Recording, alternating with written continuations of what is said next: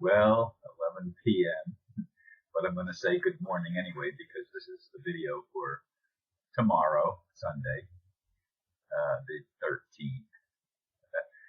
Anyway, the title is Money is the Mechanism of Enslavement. When Jesus drove the money changers out of the temple, it was a revolutionary act. For generations, those who were enslaving humanity, whatever you choose to call them, had concluded that productivity greatly increased when the slaves were paid for their labor. It worked, and down through the ensuing ages, these money changers perfected their scam, leaving humanity enslaved while believing we were free. We have reached a turning point as people are finally beginning to realize that those who claim rulership roles do not have humanity's best interest at heart. They never did. They are not only selfish, they are vile beings corrupted to their very core. When we finally begin seeing this, we will, as I said yesterday, get angry. That is the proper response. I'm not advocating violence, but I am advocating action, especially speaking out and supporting those of us who do sound the alarm. If we are ever going to be free, really free, we must awaken to the reality of how we became enslaved in the first place. If that does not piss you off, there's something seriously wrong with you. Indeed, this is a subject that we have to get. If we don't get this, and if God or whatever is waiting for a majority to wake up, which I don't think will ever happen until changes are actually made. But in any case, if that was what was being waited for, we need to get this through our head, that the monetary system is fraud.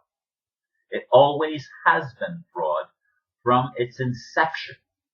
It was created, again, by people and beings that wanted to rule over others, that wanted domination, that wanted enslavement. They wanted to be served rather than serving. And it goes down to the present time that we live in here in the 21st century. And we need to wake up. Now, some people say that the issue is the government and courts and stuff like that. And one of my very good friends said to me, there are no common law courts. Yes, there are. And common law courts are being reestablished in the United States. Do they have any authority? Are they recognized by the de facto system? And you have to understand, de facto means fraud. It means in name only. It's not real. It uses words, but assigns different meanings to them. It uses the word constitution, but it doesn't believe in the Constitution. It uses words like law, but it doesn't believe in law. It's a law unto itself, and it's a domination system. And it always has been, lifetime after lifetime, going back millennia. We have had an enslavement system on this planet. This has been a slavery planet, a dark planet, a planet that has been evilly inclined, or inclined toward evil, however you want to say that. And we need to wake up. There are no common law courts. Yes, there are people establishing common law courts, and common law gives, or not gives, I used the wrong word. Common law recognizes the natural rights, the God-given rights of human beings. De facto law never will, never has, because human beings have no rights. They are slaves. That's how we are perceived by those that created the monetary systems in the first place. That's how it happened. And it doesn't have to be that way. There have been societies and cultures down through the ages that have been free of the monetary system. It's only where you create what's the word that I'm looking for? You create an organized society, a structural society like Egypt and the Persian Empire and the Roman Empire, and coming down into the present day and age, the British Empire and the empire of the Roman pontificate, the Roman Church, established. It's not a religion; it's a government. It's not even a government. It's a criminal operation. Anything based on lies is criminal in nature. And lies is the foundation of everything that we have in our world. It's the foundation. And until you expose the lies and pull them out and establish common law courts and have them have power, have them have actual authority, they're being recreated. There's been people working on it. I've been part of the system that, you know my history if you've been watching my videos. I've been involved in things to help liberate humanity, and I will continue to speak out and say what needs to be said from my perspective, despite what happens to me, what they do to me. As long as I have voice and as long as I have the ability to do so, I'm going to be trying to wake people up. That's my mission. That's my job, and I've had that mission since I was a kid. And I'm in my 70th year right now.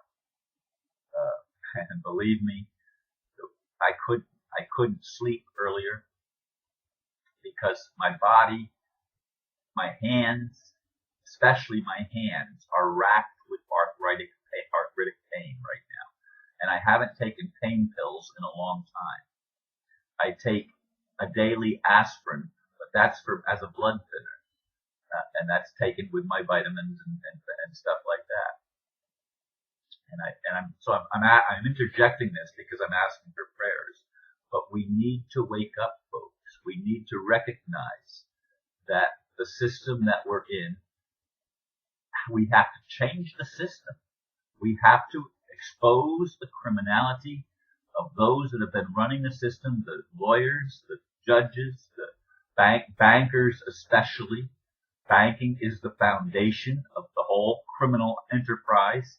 You pull the plug on the false banking system and on the de facto banking system, and everything else will collapse. As Rothschild said, "Give me control of the money, and I don't care who makes the laws." Why? Because people are bribable, and you've got a whole bunch of lawyers in there now that are running the U.S. government and running roughshod over human rights in America and around the world. We're the warmongering nation. We are the ones that go and get in everybody's face and tell them who can be the leader and who can't. If there's ever an honest leader, they're either killed or bribed out of their honesty and made to serve the cabal. And that's happened in the United States, and it's happened in many other countries. Don't think it doesn't happen. These are the things that we need to wake up to, and we need to take action upon. If we don't do that, and if God doesn't somehow in some way intervene to bring the kingdom of heaven to earth, earth is going to be doomed again. And the human race will not survive with any amount of numerical survival. Not even those that hide in all of the things that they've built underground and everything else, all the tunnels and stuff like that. I don't see much survival short of miraculous change in our attitude, and I think it's going to take divine intervention to do that. But in the meantime, we as humans need to wake up to the best of our ability, and we need to reach out and support those that are trying to wake other people up, and do it ourselves. Get involved whatever way that we can to wake our neighbors and our friends up so that we can have the world that we deserve, an honest world built where everyone can benefit. Thank you for listening.